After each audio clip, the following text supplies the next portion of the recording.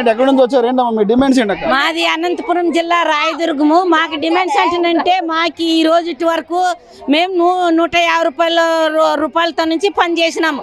ఇంతవరకు అయినా కానీ మాకు ఏ ఒక్క చిన్న పని కూడా మాకు సాయం పొందలే గవర్నమెంట్ నుంచి. మా పిల్లలకు కానీ ఏమన్నా కానీ ఏం రాలే.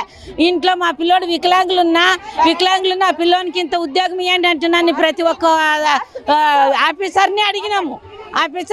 ఇంతవరకు అయినా కానీ మాకు ఎవరు సాయం చేయలే.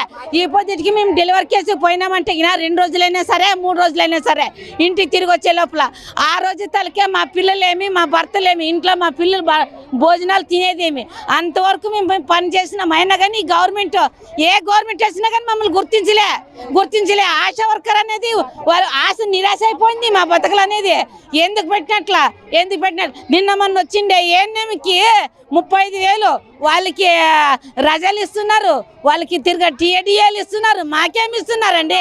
ఇంజక్షన్లు వేయించేదానికి ప్రభుత్వం వచ్చే ముందు ఎన్నికల ముందు హామీ ఇచ్చారు చంద్రబాబు గారు. కూటమి ప్రభుత్వం మార్పు ఏమైనా వచ్చింది అప్పటికి? మాకేం మార్పు రాలే. అదే మార్పే ఉండిన మార్పే అది. ఉండిండే జీతాలే అది. మీరు ఆడుండారో ఆడే ఉండండి, ఎక్కడేసిన గొంగుళ్ళు అక్కడే ఉండాలంటేనని చెప్పి మమ్మల్ని అనగదొక్కుతున్నారు. ఇక్కడికి వస్తామని చెప్పి ఏమో హామీలు ఇచ్చినాడు.